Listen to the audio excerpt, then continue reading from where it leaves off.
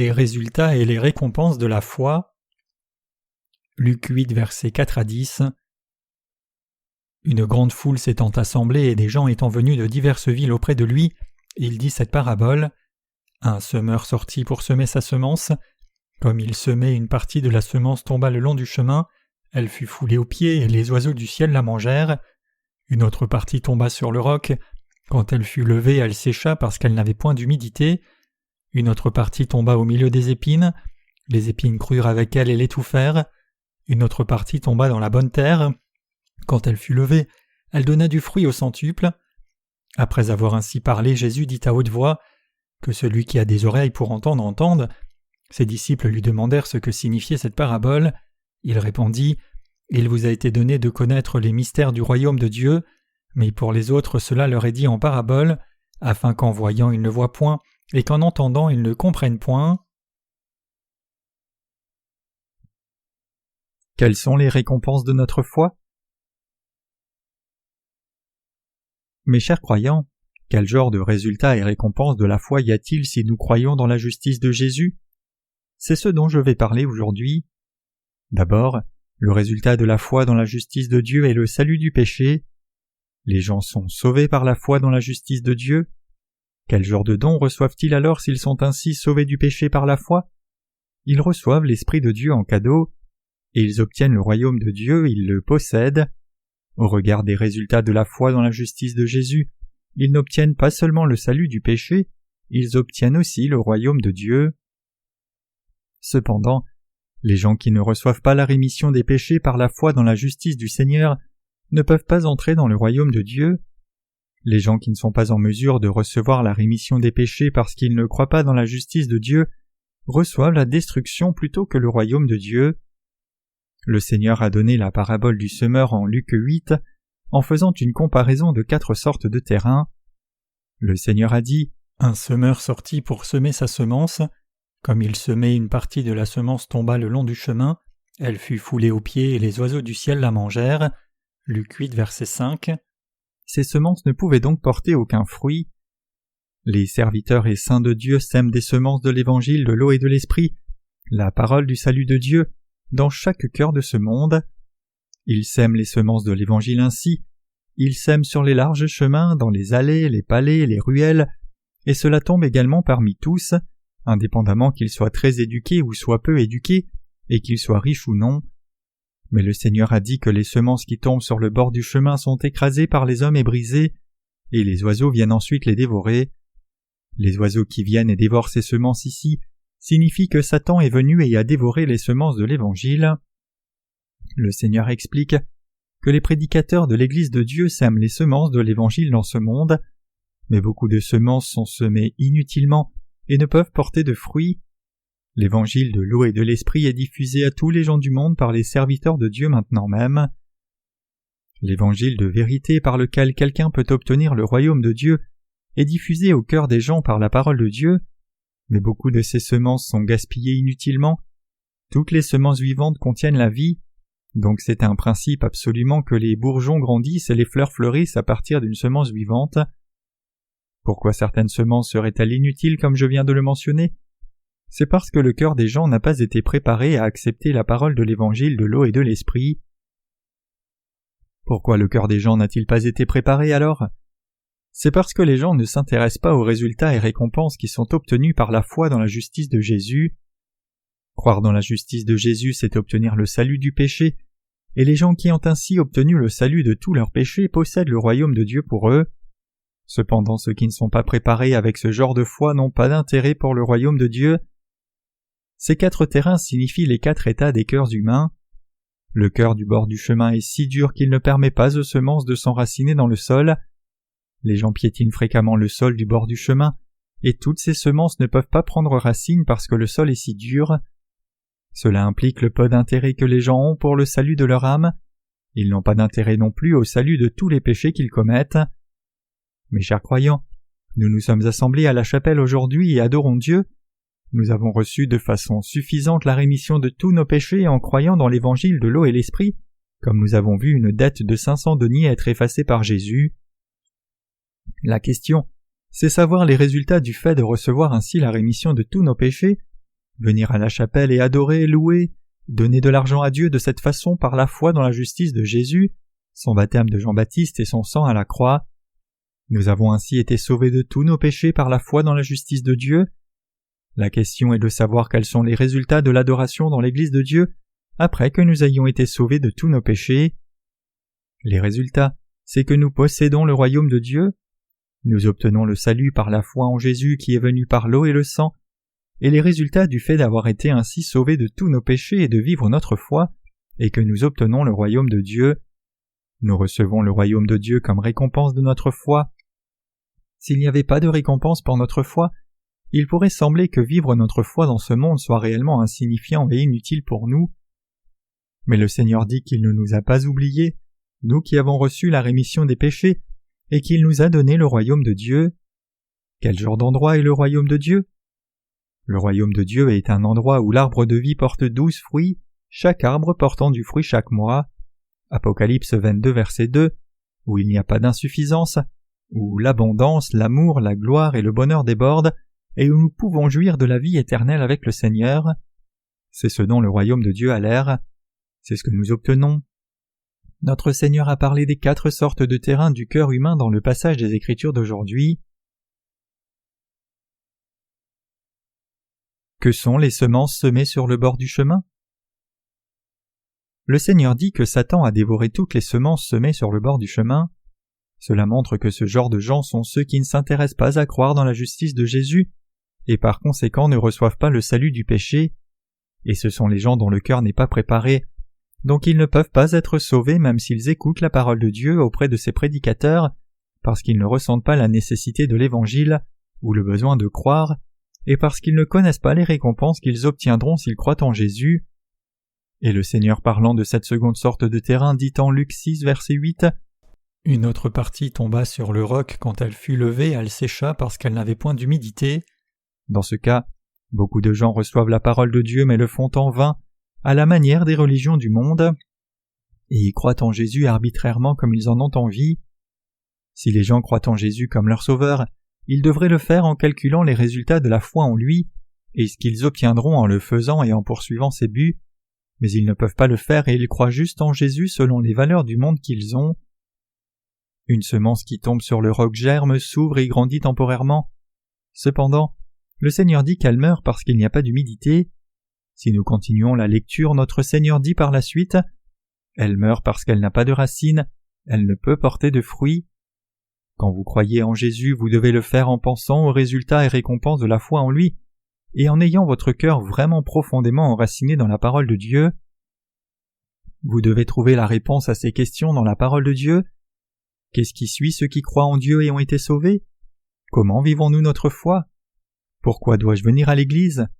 Je veux sortir et passer du bon temps par ces jours chauds de printemps. Pourquoi dois-je venir à l'Église écouter la parole et servir l'Évangile? La plupart des chrétiens se sont arrêtés à penser seulement « Si je crois en Jésus comme le Sauveur, tous mes péchés partiront et je serai sauvé. » Donc cela signifie que leur foi meurt parce qu'ils n'ont pas de but spirituel, pas d'espérance et pas de récompense. Ces gens perdront toutes les bénédictions et promesses de Dieu s'ils abandonnent leur vie de foi, cessent d'écouter la parole de Dieu et cessent d'espérer le royaume de Dieu. J'ai dit que le royaume de Dieu est la récompense à la foi dans la justice de Jésus et la vie de foi jusqu'à la fin. Nous devons profondément croire dans la parole de Dieu si nous voulons obtenir le royaume de Dieu. Notre foi doit être profondément enracinée dans la parole de Dieu si nous essayons de garder notre foi jusqu'à la fin. Nous devons avoir la parole profondément enracinée dans nos cœurs.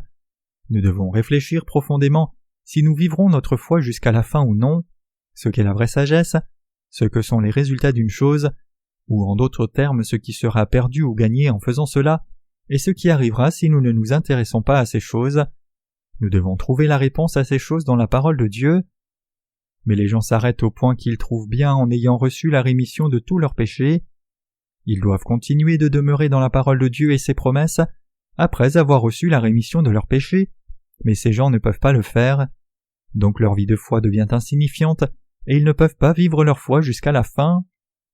Ils deviennent comme des semences qui ont séché parce qu'il n'y avait pas d'humidité. Les mots par manque d'humidité désignent les paroles parce qu'il manquait la parole de Dieu. Nos âmes obtiennent le salut en résultat de la foi dans la justice de Jésus. Dieu dit qu'il donne son royaume en cadeau à ceux qui sont sauvés. Mes chers croyants, vous avez été sauvés de tous vos péchés. Être sauvé de tous vos péchés est très précieux, mais posséder le royaume de Dieu l'est aussi. Quel est le nom de cette fleur? La diaconesse Kim m'a dit ce matin qu'on l'appelait allium. C'est un nom curieux. Cela ressemble à uranium ou plutonium, qui sont utilisés pour des bombes nucléaires. En tout cas, ces plantes appelées allium sont venues de leurs semences. Ces semences doivent grandir comme nous le voyons maintenant et porter du fruit. Donc quel serait l'usage s'il n'y a pas de fruit mais seulement une pousse puis la mort? De même, nous disons que nous avons reçu la rémission de tous nos péchés, mais c'est juste inutile si nous ne sommes pas profondément enracinés dans la parole du Seigneur pour ne pas pouvoir vivre notre foi, et mourir alors en un rien de temps par manque de la parole de Dieu et de racines. Mourir, c'est comme ne jamais être né. Si nous ne pouvons posséder le royaume de Dieu même si nous croyons en Jésus, nous avons cru en Jésus inutilement, et même si nous avons cru en lui, les résultats sont comme si ce n'était pas le cas. Donc après avoir été sauvés de nos péchés, nous devons maintenir ce salut. Nous devons le maintenir jusqu'à ce que le Seigneur vienne et jusqu'à ce que nous soyons devant lui. C'est alors seulement que nous serons récompensés. S'il n'y avait pas de récompense après avoir reçu la rémission des péchés, nous essayerions de le trouver ailleurs dans ce monde. Mais quand nous croyons et cherchons une récompense, la récompense doit être digne d'être appelée récompense. Autrement, nous n'aurions pas le cœur de ceux qui ont une dette, mais aurions plutôt un cœur de créditeur envers les autres. Nous penserions « Pourquoi ma vie est-elle comme cela alors que j'ai vécu en croyant dans la justice de Jésus? Je devais vivre mieux que ce pécheur-là dans tous les aspects, et devrais avoir une récompense, mais pourquoi est-ce que je vis dans le besoin ?» Si les chrétiens ne s'intéressent pas au royaume des cieux et n'ont pas la foi pour l'obtenir, ils essaieront d'obtenir des récompenses ailleurs. Ils essaieront de les obtenir dans des lieux séculiers. Donc ils pensent qu'ils ont reçu des récompenses quand ils reçoivent de bonnes choses de ce monde, et qu'ils n'ont pas reçu de récompense autrement. Donc ils sont toujours vides et insatisfaits, et ont des pensées incorrectes pour essayer d'obtenir de l'argent et les choses du monde, en croyant en Jésus quand ils viennent à l'Église, et ils mènent une vie de foi. Donc nous ne devrions pas devenir comme les semences qui tombent sur le roc. Les semences qui sont tombées sur le roc doivent tomber dans les crevasses, aspirer toute la rosée avant que le soleil ne se lève, supporter que le soleil brille dessus, déchirer le roc, l'user, et en faire un sol pour y vivre et ne pas mourir. Il y a des plantes tenaces comme j'en parle là. Nous qui avons été sauvés devons aussi fixer le royaume de Dieu comme notre espérance et but. Penser seulement à cette récompense, continuer de vivre notre foi sur cette terre, croire fermement dans la parole, et supporter avec ténacité jusqu'à ce que nous obtenions le royaume de Dieu comme récompense finale. Mais les gens qui ne s'intéressent pas au royaume de Dieu et n'ont pas de racines, essayent de recevoir des récompenses sur la terre. Ils deviennent encore plus vides et insatisfaits, parce qu'ils essayent de recevoir des récompenses séculières sur la terre. Mais vous devez vous rappeler que le Seigneur nous a dit que les semences qui sont tombées sur le roc ne pouvaient pas porter de fruits. Ils ne pourront pas grandir comme des arbres ou plantes complets. Ils grandissent un peu et ils meurent sans pouvoir porter de fruits. De quoi cela parle-t-il? Cela parle des gens qui ont été sauvés mais ne peuvent porter le fruit du salut. C'est une parabole disant qu'ils ont été sauvés mais ont perdu leur foi, qui leur permet de maintenir leur salut. Les gens sèchent comme des semences qui sont tombées sur le roc s'ils cherchent des récompenses dans d'autres choses du monde, parce qu'ils ont reçu la rémission de tous leurs péchés, mais ne viennent pas dans l'Église de Dieu ou qui ont été sauvés, mais n'ont pas le royaume de Dieu pour but. Ils ne peuvent pas porter de fruits, ils perdent leur foi tôt ou tard, ils perdent leur salut même s'ils l'ont reçu clairement. Certaines personnes disent « c'est insignifiant, pourquoi parles-tu seulement de l'Évangile tous les jours, n'y a-t-il rien d'autre ?» Et ils essayent d'aller dans d'autres églises même s'ils ont reçu la rémission des péchés en croyant dans l'Évangile de l'eau et l'Esprit. Si nous les rencontrons après un moment, nous voyons que leur salut n'est pas complet, ils perdent leur sens, pensent que le salut est partout, et nous voyons qu'ils ont perdu leur salut à la fin. Ils ne peuvent pas porter de fruits qui sont nés dans le royaume des cieux. Ne pas pouvoir porter de fruits, c'est comme perdre sa raison d'exister. C'est comme la parole qui dit « Il aurait mieux valu que cet homme ne naisse jamais ». Matthieu 26, verset 24. C'est ce que Jésus a dit à Judas. S'il n'avait jamais connu Jésus ou n'avait jamais cru, il aurait juste vécu ainsi et serait allé en enfer. Puisqu'il est naturel pour les gens qui vont en enfer d'avoir des péchés puisqu'ils ne croient pas en Jésus, il suffit de passer le temps comme cela. Judas a cru en Jésus, a goûté au don du ciel, et bien qu'il ait été sauvé en croyant en Jésus, il a ensuite perdu sa foi, après avoir abandonné au milieu de son chemin de foi. Donc il n'a pas eu de récompense au résultat de la foi en Jésus, parce qu'il a perdu son salut. C'est parce qu'il ne pouvait pas porter de fruits. Il ne pouvait pas porter de fruits et a seulement séché. Ces gens ont une conviction dans leur foi au départ. Quand ils quittent l'Église de Dieu, ils pensent « Je ne vais absolument pas perdre ma foi, je connais et crois toute la parole. » Mais mes chers croyants, ce n'est pas le cas. Pourquoi la Bible parle-t-elle de 4 sortes de terrains? Rien ne peut se faire pour les semences sur le bord du chemin, parce qu'elles sont immédiatement dévorées par les oiseaux, mais il y a de l'humidité sur les rocs et donc les semences germent en tombant là. Les plantes grandissent après avoir germé. Elles peuvent devenir de grandes plantes ou des arbres, mais ces semences meurent en route. C'est plus malheureux encore que les semences qui tombent sur le bord du chemin. C'est comme ce qui est arrivé à Judas. Le second terrain est celui où les semences tombent sur le roc, lèvent, commencent à grandir mais meurent en chemin. Le premier terrain ne pouvait pas faire germer du tout. Dans le cas des gens, cela implique ceux qui n'ont pas cru en Jésus du tout. Mais dans le cas du second terrain, ils ont cru en Jésus mais sont morts parce que leur foi n'était pas complète. Ils sont morts parce qu'ils ne pouvaient entendre la pure parole de la vérité. Finalement, ils ont perdu leur récompense de la foi en Jésus. Ils perdent le résultat de leur foi aussi. Ce genre de gens sont les mêmes que ceux qui n'ont pas cru en Jésus. Non, ils peuvent même être pires parce qu'ils ont goûté au salut. Notre foi ne peut pas être comme celle des semences qui tombent sur le second terrain de roc et meurent. Troisième terrain. Et d'autres tombèrent au milieu des épines, et les épines levèrent avec eux et les étouffèrent. Une semence est tombée parmi les épines, a poussé et commencé à grandir, mais les épines l'ont étouffée dans l'ombre pour qu'elle ne puisse pas grandir et finalement qu'elle meure. Les épines ici signifient les soucis du monde comme « Comment vais-je vivre ? Que vais-je manger ou boire ? Je ne peux mener une vie de foi si je veux réussir dans le monde. » Les épines impliquent quitter la vie de foi parce qu'il semble que quelqu'un ne soit pas capable de bien vivre dans ce monde s'il continue de croire en Jésus. Ceux qui ont un tel terrain épineux du cœur pensent qu'ils ne peuvent vivre heureux s'ils croient en Jésus, et ainsi ils ont tué la foi en eux-mêmes en poursuivant les valeurs du monde parce qu'ils aiment tellement le monde. Ils finissent par tuer leur foi eux-mêmes. Cela signifie qu'ils tuent les semences de la foi qui ont été plantées dans leur cœur afin de bien vivre dans ce monde.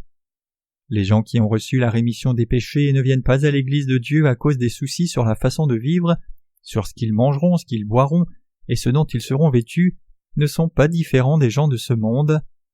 Vraiment, les gens qui ne viennent pas à l'Église mais travaillent jusqu'à la mort et ceux qui ouvrent leur magasin le dimanche et gagnent de l'argent avec ténacité ne vont pas mieux que vous qui vivez en venant à l'Église le dimanche, adorer et travailler pour gagner de l'argent dans les domaines que Dieu a permis. Plutôt, les gens qui viennent et écoutent la parole quand elle est apportée vont mieux que ceux qui ne le font pas et travaillent pendant ce temps à la place. Ils n'écoutent pas la parole de Dieu, travaillent seulement toujours et s'intéressent seulement à gagner de l'argent. Pensez-vous que Dieu bénira ces gens-là? Comment ces gens peuvent-ils gagner de l'argent? Comment peuvent-ils devenir riches? Il n'y a plus que des moyens de dépenser l'argent pour eux. Comment peuvent-ils devenir si riches? Ils tombent dans les soucis du monde et s'inquiètent en pensant « Que vais-je manger? Que vais-je boire? Je ne peux réussir en allant à l'église comme cela. Je ne peux devenir riche ou meilleur que les autres en faisant cela. » Mes chers croyants, c'est la façon dont cela se présente selon les pensées de la chair de l'homme, n'est-ce pas? Les pensées du monde sont ce qu'elles sont. Ce que les gens pensent ne sont pas les choses du point de vue de Dieu. Dieu donne un bon repos à ceux qui l'aiment, et il donne des récompenses à ceux qui le craignent. Les bénédictions peuvent être nôtres seulement quand Dieu nous les donne comme il est écrit. Si l'Éternel ne bâtit la maison, ceux qui la bâtissent travaillent en vain. Si l'Éternel ne garde la ville, celui qui la garde veille en vain. En vain vous levez-vous le matin et vous couchez-vous tard, et mangez-vous le pain de la douleur. Il en donne autant à ses bien-aimés pendant leur sommeil. Psaume 127, versets 1 à 2. Les semences qui sont tombées dans les épines sont finalement toutes mortes.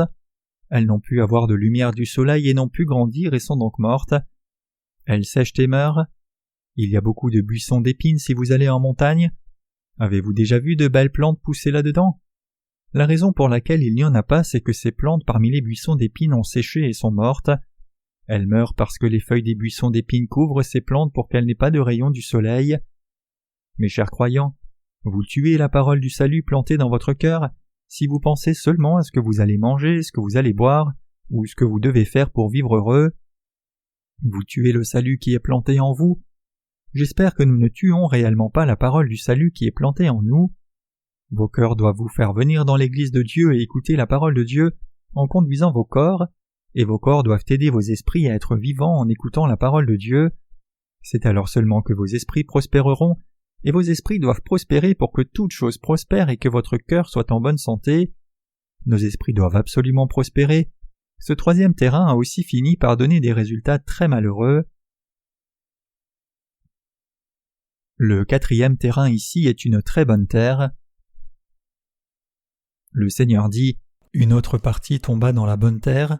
Quand elle fut levée, elle donna du fruit au centuple. » Puis il dit « Que celui qui a des oreilles pour entendre, entende. » Il dit « D'autres tombèrent dans la bonne terre et produisirent du fruit au centuple. » Luc 8, verset 8. Mais quel genre de terre est la bonne terre? Un bon terrain est celui qui est riche et doux pour que la semence soit bien enterrée en y tombant. Celui qui peut garder l'eau de pluie lorsqu'il pleut, et qui peut recevoir la nourriture, ou plutôt accepter la parole de Dieu lorsqu'il l'entend. Le Seigneur dit que la bonne terre porte du fruit au centuple. Mes chers croyants, vos cœurs et le mien qui acceptent la parole de Dieu sont une bonne terre. Ce sont les cœurs qui acceptent et croient en tout ce que la parole de Dieu est et veulent recevoir toutes les récompenses dans la parole de Dieu. J'espère que vous avez ce genre de cœur. La bonne terre fait l'œuvre de porter du fruit. Si vous lisez Jean 21, Jésus est allé rencontrer Pierre, qui péchait, et lui a demandé 3 fois « M'aimes-tu » Jean 21, versets 15 à 17. Jésus lui dit « En vérité, je te le dis, quand tu étais plus jeune, tu te saignais toi-même et tu allais où tu voulais.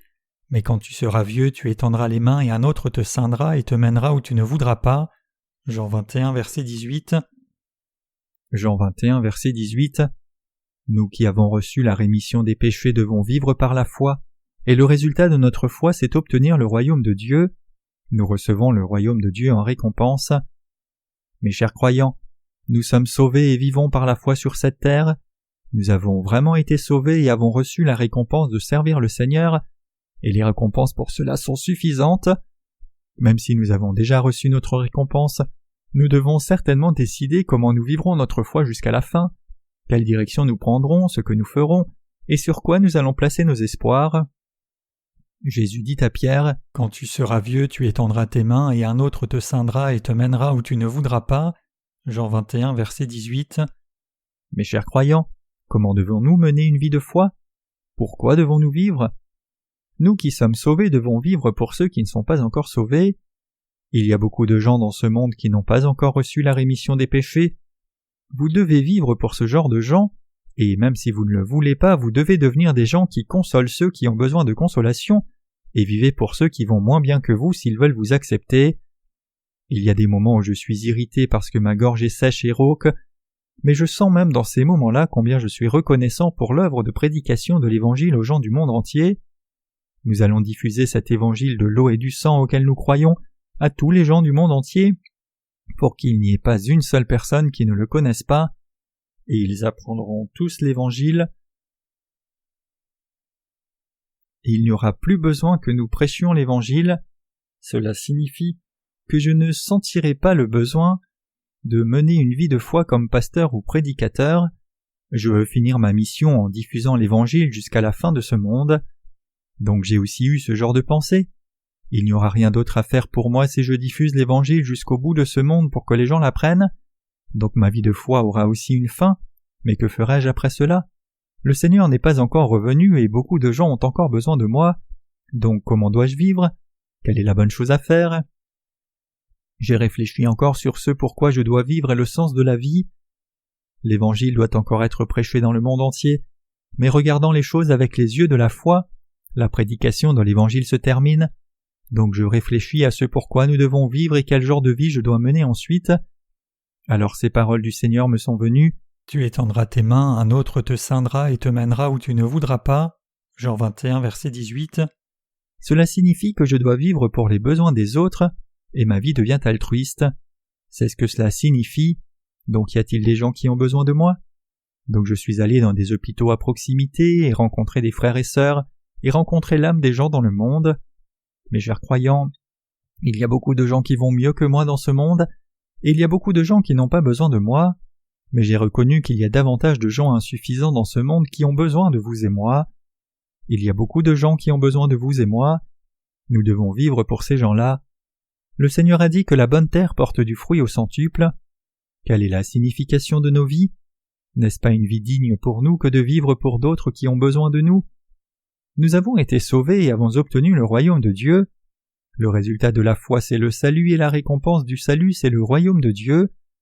Mais la question est de savoir pourquoi les saints et serviteurs de Dieu doivent vivre après qu'ils aient été sauvés.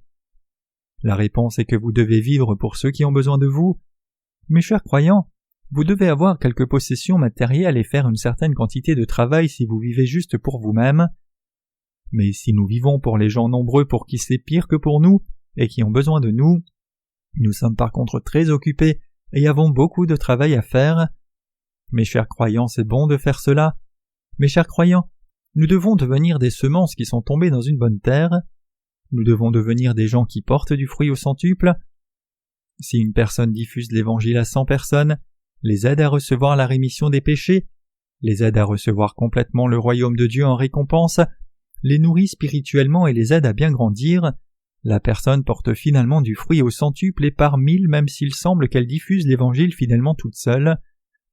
Si vous vivez pour les autres avec une conscience pure devant Dieu, en devenant un bon terrain de cœur et ayant une bonne foi, vous aurez du fruit au centuple, la volonté de Dieu sera accomplie, et une telle vie amènera en résultat que beaucoup d'âmes reçoivent le royaume de Dieu en récompense.